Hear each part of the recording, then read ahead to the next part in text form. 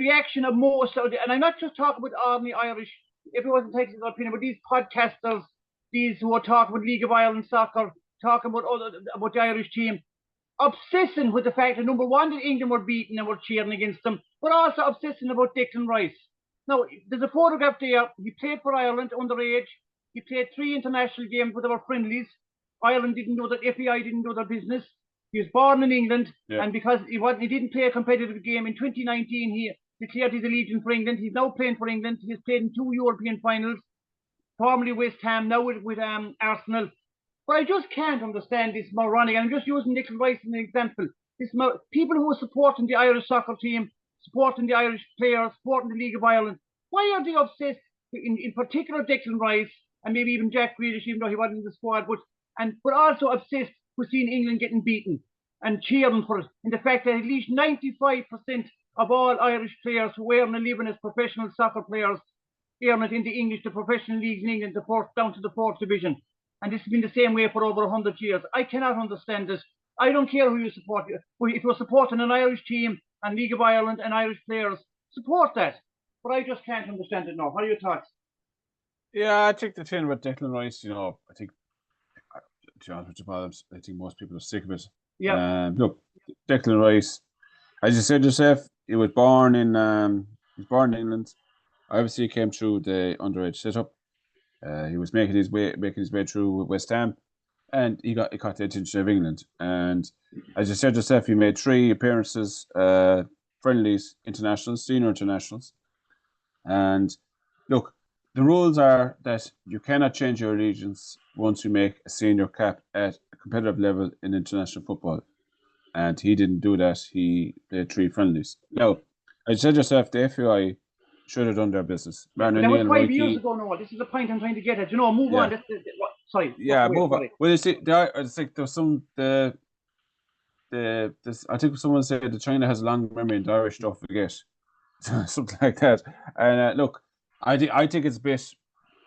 We need to get over it. I think most people have. I think there's a few that don't. Look, I can guarantee you though that if Declan Rice is fit and does play in that game, the next game, now funny enough, the next international match that's coming up, the first match of the new international series will be the Nations League, and we're hosting England. Now, if he does play, I probably would guarantee you, Paul, he probably would be booed every time he's going to touch the ball. I have no problem players being booed. You go across to the club matches in England. If a fella was playing with one club and he moved to, say, a club, we call him an neighbouring club, but say a Chelsea player moved to Arsenal and Arsenal were playing in Stamford Bridge next week. I have no problem with booing, but this moronic stuff. At least the people who boo pay their money, that pay their ticket, as the man says, they'll have their money to go into the stadium. You know what? If you pay 60, 70, 80 euros for a ticket, whatever it is, you know what? You're entitled to boo if you want, no problem. But this online stuff, moronic stuff, putting up stuff, Declan Rice has lost 2 European finals, cheering for it. The reality is, if Declan Rice played for Ireland, he wouldn't even be playing in the finals.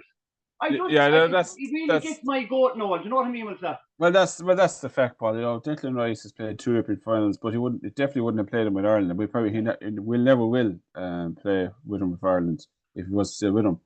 That's the bare facts. We're struggling to qualify for tournaments. Yeah. Like I do find that I don't mind English players at all, Paul. Sometimes it's our media and sometimes it's this road pretender stuff that gets on people's nerves and football's coming home. I think it's that sort of stuff. In English, like there was a video I saw of no, to be fair though, if you wear a Celtic jersey at a game where England are playing, there's definitely a chance you're going to get some abuse, and he was. Yeah. And he was called all sorts of balls in the video I saw. So that doesn't help. The English fans can be. They let you know. Sorry, that's a brilliant point, Noel. But cutting across you, Irish supporters singing, drinking, and singing "You'll Never Beat the Irish." Absolutely moronic. Nearly everyone beats Ireland now. Do you know what I mean? Yeah, I know. Yeah. The same category. You see photographs of Irish inside in the pub with their Irish jersey on, and they're drinking and singing "You'll Never Beat the Irish, You'll Never Beat the Irish," and probably getting beaten 3 or 4-0. That's just moronic stuff, and you're entitled to do it after a few years. But yeah, I know. I think it's a bit lighthearted too, Paul. We were still singing it in Euro 2012 and everyone beat us. Spain hammered us, Italy beat us 2-0 and Croatia beat us 3-1. Look, I don't mind a bit of rivalry. There's no problem with that. Wales, Scotland and Northern Ireland, and particularly the Republic, in the game with Spain and England, I think it's local. Like there was a Scottish MP, for God's sake, cheering on Spain with the thumbs up and everything. I think light-hearted stuff. I don't, and people saying, "Oh, it's a disgrace." I think that's taking this. That's a bit wokery too. Like Paul always says, it's a disgrace. Or how the Scottish and Irish don't want England to win. Well, there's no real reason why we would want England to win. Neighbours' fault. People don't like seeing their neighbours doing too well, shall we say, in sport. It's local jail clubs and everything. Yeah. If you're having a bad time in a local jail club and your neighbours are winning championships, you don't want to see your neighbours doing very well. And that's the same thing with Ireland. I wouldn't go as far as the stuff with the abuse and the English players and all that stuff. I don't condone that at all. Yeah, sorry for cutting the question. I just give you my personal. As you know, I'm a Nottingham Forest supporter. I've been supporting Nottingham Forest since 1977, which is a long, long time ago. As the man says, plenty of water has gone under the bridge. And you support Chelsea and plenty of other people. 9, 10 months of the year supporting English clubs who represent English towns, English cities, and playing in English league. But there's a huge point as well known. At least 95% of all Irish players who earn their living as professional players do it in England in the 4 divisions. I actually know a fella who was born in Dublin, and I know him personally. He started his career in Scotland, but he played in a number of clubs in England. They'd be down the 3rd or 4th division. You're talking about 20, 25 years ago. He's now back in Ireland again with himself. But he made a living playing with these clubs down in the 3rd and 4th division in the north of England, and he played with 2 clubs in Scotland as well. And there's rakes of Irish people who have done this 100 years ago. They're still doing it with it. Do you know what I mean? So, again, and I support Nottingham Forest. And also this thing, they were saying that everyone in Ireland wanted England to win. Or they wanted Spain to win. They didn't. I wanted England to win. And I was given the analysis of why I thought to win. But I was hoping England to win. As I said, there's no Nottingham Forest player playing for England now because obviously they're not good enough. But there was plenty in the past. Stuart Pearce is probably one of the most best examples. And so I wanted England to win, and I was thinking they would win. But this idea that everyone in Ireland was against it, I just find that moronic stuff. And I also find it moronic, it's my own personal opinion, that for people for 9 months of the year, 10 months of the year, roaring and shouting for whatever particular English club they support, wish to good luck to them. I support Nottingham Forest. We don't have too much to shout about at the moment, as you, but let us. It's the same principle.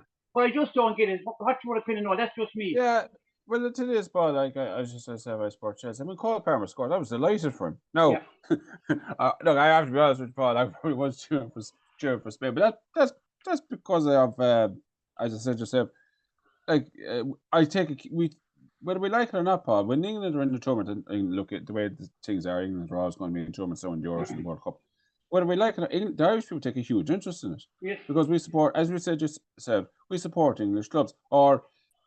A lot of to be fair, a lot of people now do support Celtic and in Scotland. There's that connection as well, so they can't be seen as hypocrites because they support a Scottish club, not an English club.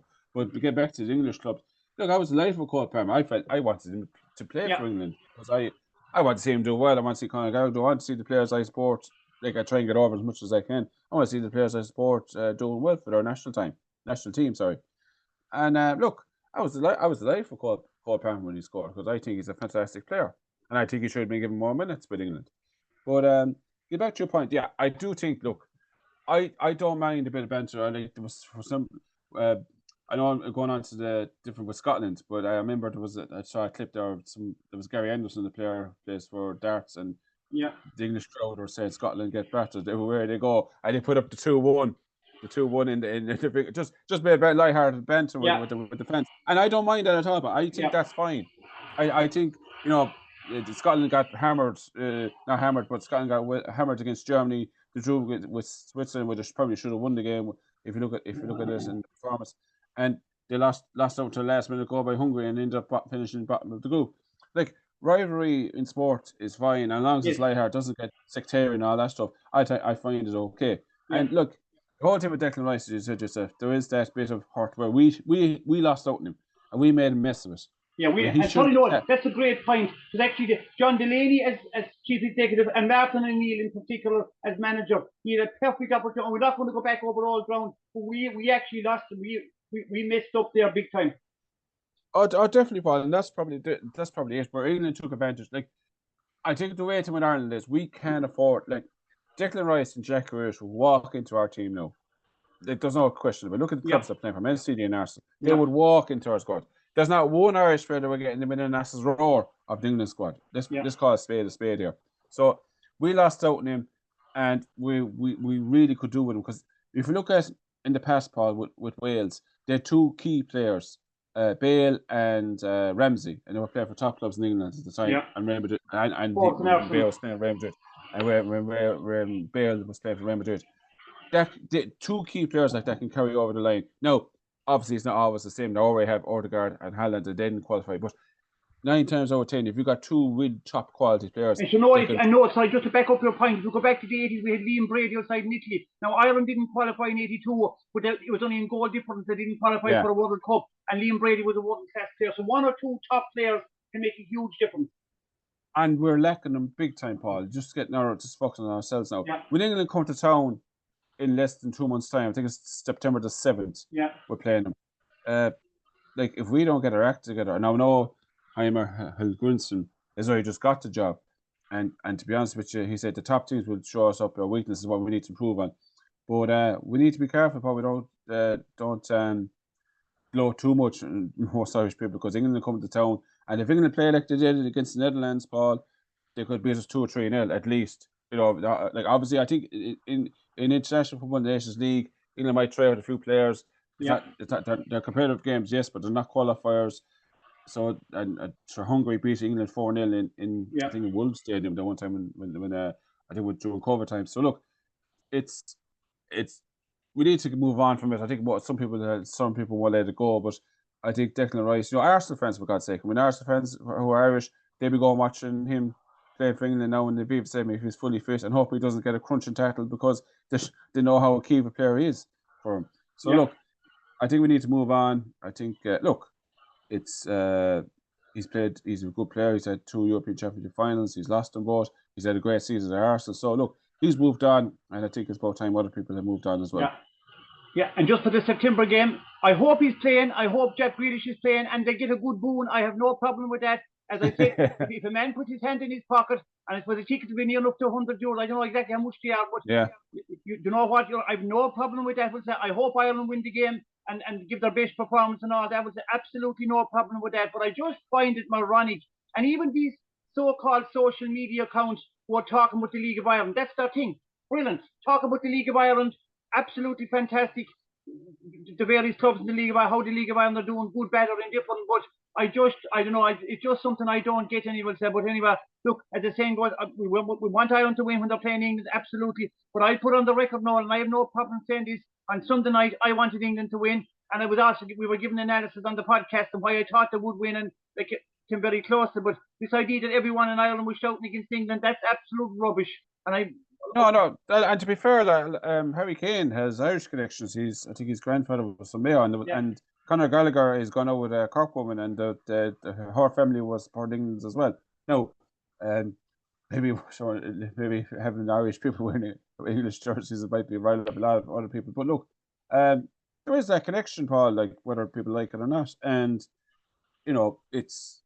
At the end of the day, like you said yourself, a lot of Irish players have made their living in the Premier League and Championship and lower divisions. The third and fourth division. Sometimes people forget about the players who are down the third and fourth division who don't get to play international. But they have always been there in the third and fourth division. We'll call the 2 lower professionals that are earning a living there.